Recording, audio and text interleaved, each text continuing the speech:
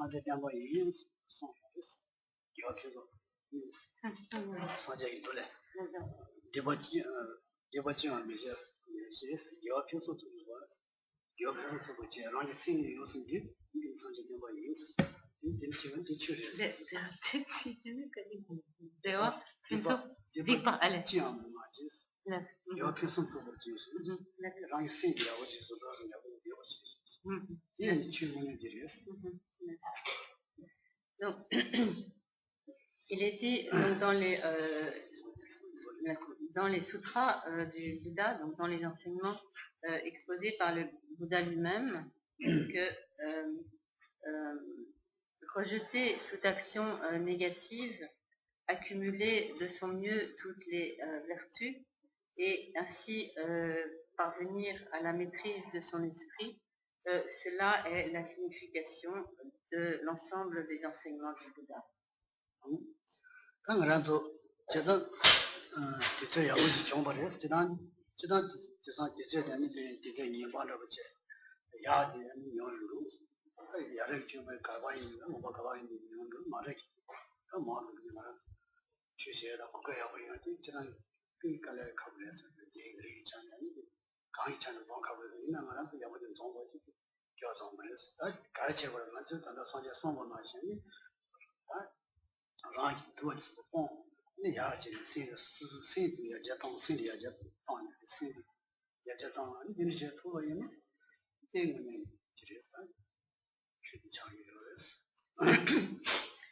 Donc, à présent, nous nous trouvons dans une situation exceptionnellement favorable.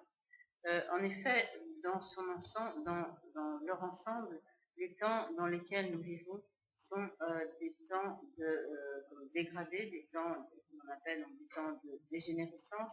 Nous pouvons nous en rendre compte aisément. Donc, nous vivons dans une période où il y a énormément de violence, énormément de négativité de par le monde, et où les conditions favorables pour qu'un enseignement du Dharma puisse avoir lieu sont extrêmement difficiles à réunir. Or, à présent, si de telles conditions sont réunies, nous avons nous-mêmes donc obtenu une précieuse renaissance humaine et toutes les conditions favorables pour pouvoir écouter et suivre les enseignements du Dharma. Par conséquent, nous devons tirer profit de cette situation exceptionnelle pour donc développer toutes les qualités de notre esprit pour faire évoluer dans le sens le plus positif possible de notre esprit et pour éliminer donc de notre esprit toutes les imperfections, tous les défauts, de manière à acquérir donc une authentique maîtrise de notre esprit. 사실 간지 부디 자다 제요. 지수 강가 신지지게 너무 좋은 거야. 신지 간에서 이치 마성을 수행하지요. 그래서 사실 신지지게 너무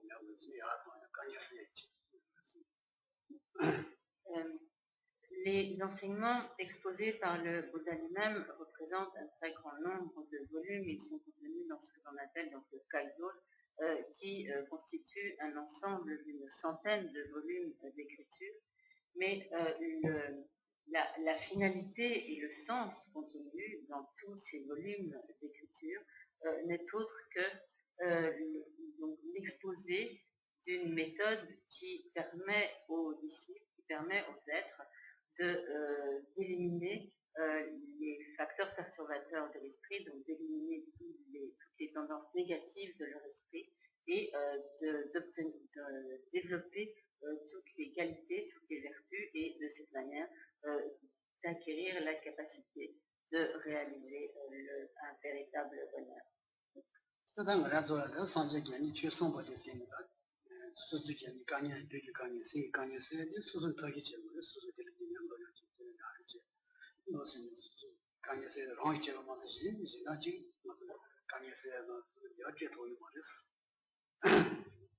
Et donc le Bouddha a donné donc, tous ses enseignements dans ce seul but, mais c'est ensuite à nous de faire le nécessaire pour éliminer nos souffrances et accomplir notre propre bonheur. C'est donc à nous-mêmes d'œuvrer à ce but et personne d'autre extérieur à nous-mêmes ne peut faire ce travail à notre place.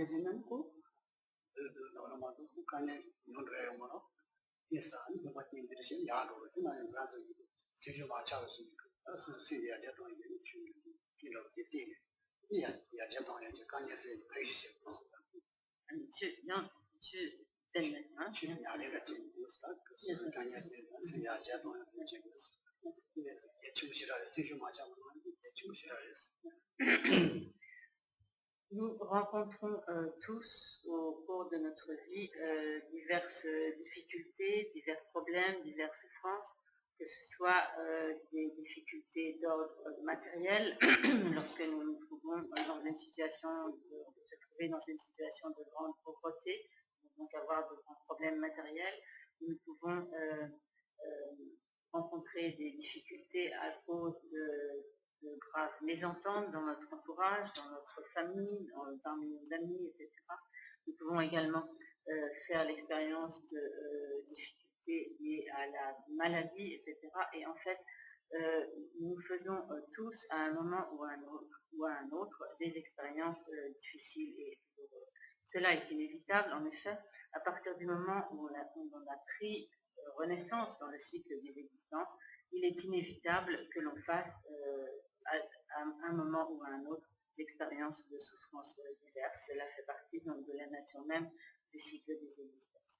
Par conséquent, lorsque ces grandes souffrances se présentent, lorsque nous devons faire l'expérience, nous ne devons pas nous décourager, mais par exemple, si lorsque nous sommes malades, il ne convient pas simplement de se lamenter sur le mal dont on souffre, de se lamenter sur les douleurs de la maladie, mais si l'on a un médicament à disposition, s'il y a un traitement qui peut nous soulager, alors il faut mettre en œuvre les moyens qui vont nous permettre de soulager, voire de guérir notre maladie en prenant le traitement approprié. Et donc de la même manière, lorsque nous rencontrons toutes les difficultés propres au cycle des existences, nous ne devons pas être totalement désarmés, ou totalement découragés et déprimés, mais mettre en œuvre les moyens qui nous permettront de pratiquer la patience vis-à-vis de toutes ces difficultés et en particulier, donc, nous tirerons un grand bénéfice de l'étude du Dharma et de la mise en pratique du Dharma, des enseignements du Bouddha, qui nous permettront donc d'utiliser toutes ces circonstances difficiles pour faire progresser notre esprit, au lieu que ces problèmes et ces souffrances ne fassent que nous déprimer.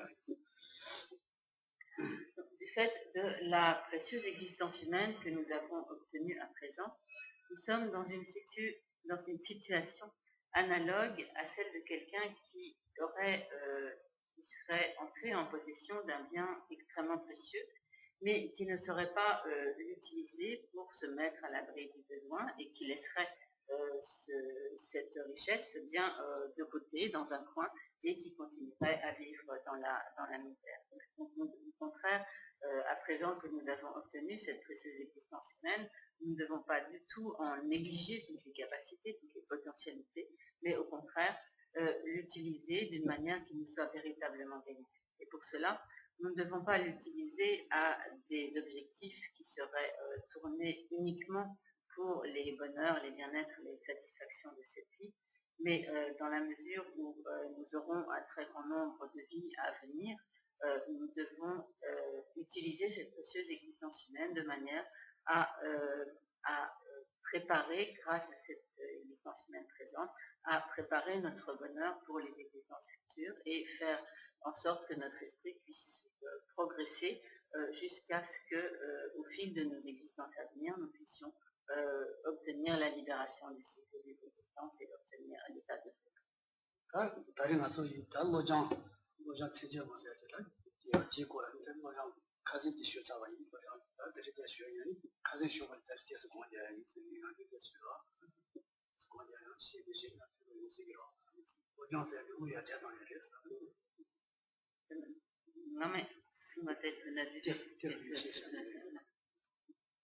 Donc, Geshe-la à présent va poursuivre son enseignement sur le texte d'entraînement de l'esprit, donc l'entraînement de l'esprit en 8 versets. Et donc il a exposé précédemment les 2 premiers de ces 8 versets, et aujourd'hui nous allons consacrer un certain temps à méditer sur la signification de ces 2 premiers versets, puis Geshe-la poursuivra son explication.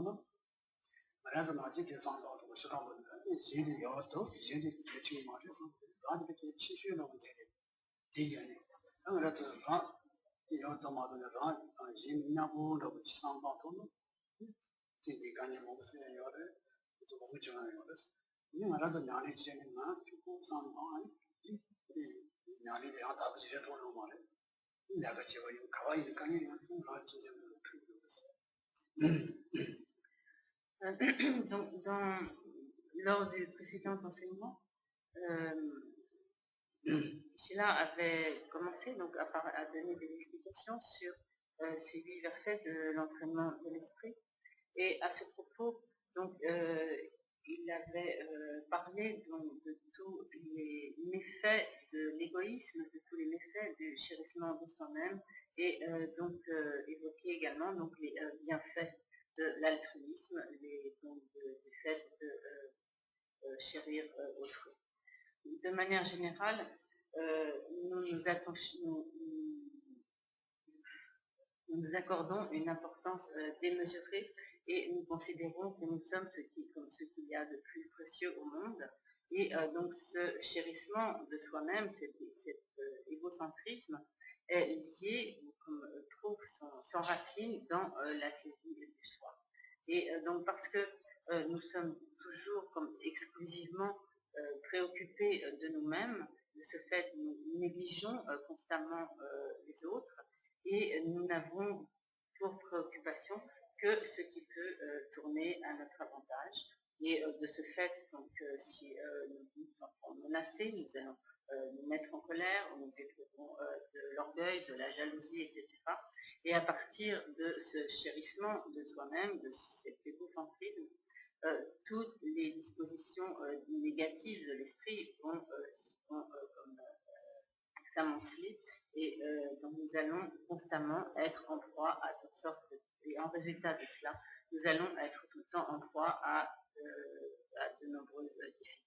Par exemple, donc à force de toujours penser moi, c'est moi qui pense en premier, donc nous pensons mes parents, mes amis, mon pays, ma patrie, etc. Et de ce fait, tout ce qui ne tourne pas instantanément à l'avantage de ce moi, nous considérons cela comme ce qui doit être éliminé, et par voie de conséquence, nous développons une très grande hostilité vis-à-vis donc de tout ce qui pourrait nuire, menacer ce moi. Et en conséquence de cela, nous nous trouvons en permanence dans de grandes difficultés. Par ces attitudes, nous accumulons de très nombreuses actions négatives qui entraîneront donc à leur tour de très nombreuses souffrances. Donc à l'inverse, si nous développons le chérissement d'autrui, si nous développons l'altruisme, alors nous éviterons tout ce genre d'attitudes et au contraire, tout naturellement, nous aurons des attitudes beaucoup plus positives, favorables, nous aurons donc nos relations avec les autres seront beaucoup plus harmonieuses et nous accumulerons des actions positives et nous éviterons donc toutes les actions négatives liées à l'égoïsme. Et donc il est important de bien réfléchir ainsi donc aux méfaits de l'égoïsme et aux bienfaits de l'altruisme, de manière à pouvoir au moins dans un premier temps, en quelque sorte équilibrer la puissance de l'égoïsme et de l'altruisme, comme c'est-à-dire au lieu de nous accorder à nous-mêmes toute l'importance et de négliger totalement autrui, commencer par ne serait-ce qu'accorder une importance égale à soi-même et à autrui.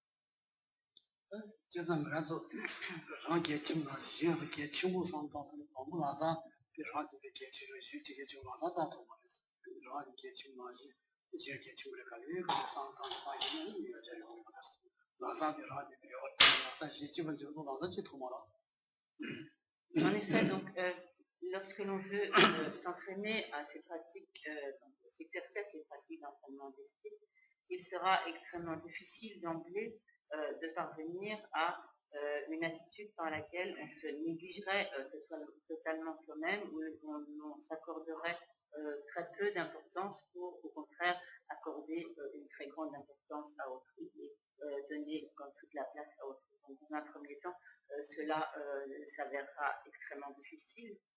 Par conséquent, dans un premier temps, ce que nous devons commencer par faire, c'est essayer de voir que, de la même manière que nous nous considérons nous-mêmes comme très importants, essayer d'accorder à autrui la même importance que celle que nous nous accordons à nous-mêmes.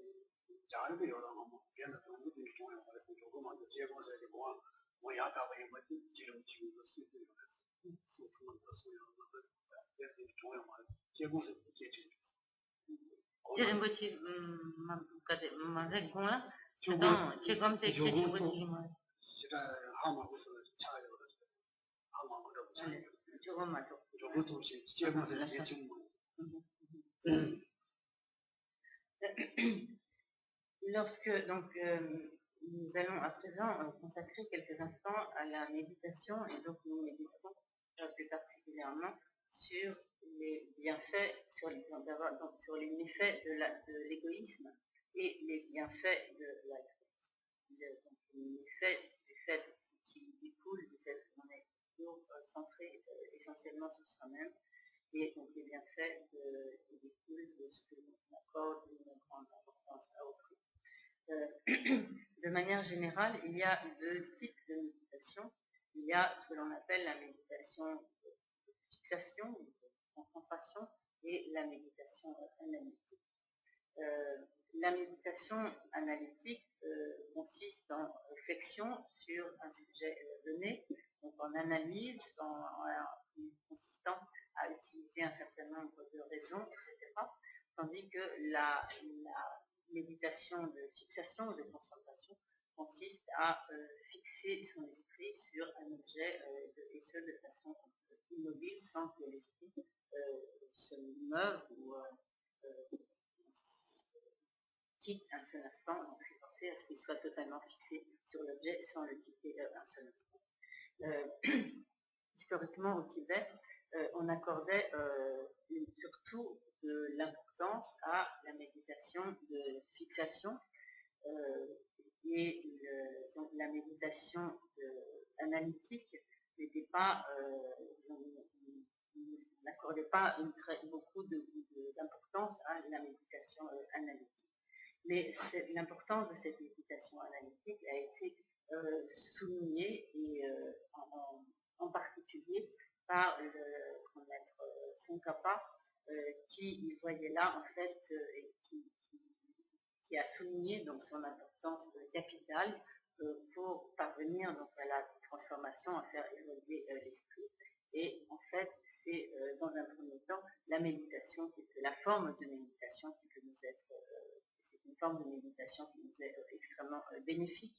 Et concrètement, dans le cas de la méditation, par exemple, sur les effets de l'égoïsme, cette méditation analytique va consister donc à, en quelque sorte, passer en revue tous les méfaits qui peuvent découler de l'égoïsme, voire les raisons qui sont à la base de cet égoïsme, les raisons qui font que l'égoïsme nous entraîne dans toutes sortes de difficultés, etc.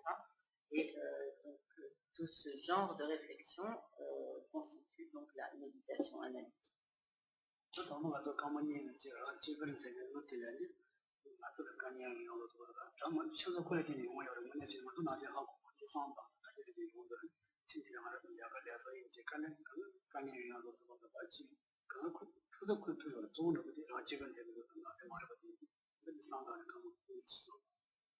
Donc d'abord, pendant 2 ou 3 minutes, nous allons réfléchir sur la manière dont l'égoïsme, l'égocentrisme est à la source de toutes nos souffrances, de toutes nos difficultés.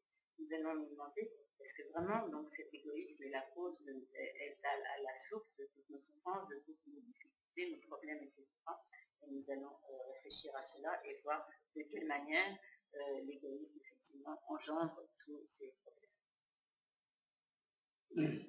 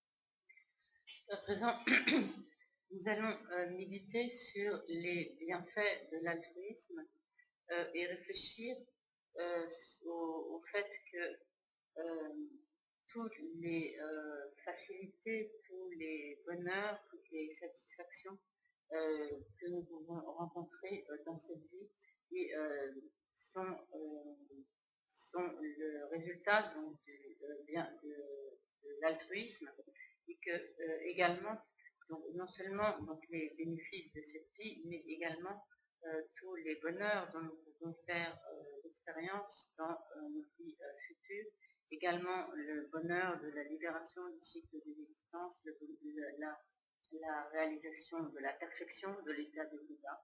Tout cela est le résultat du développement de l'altruisme.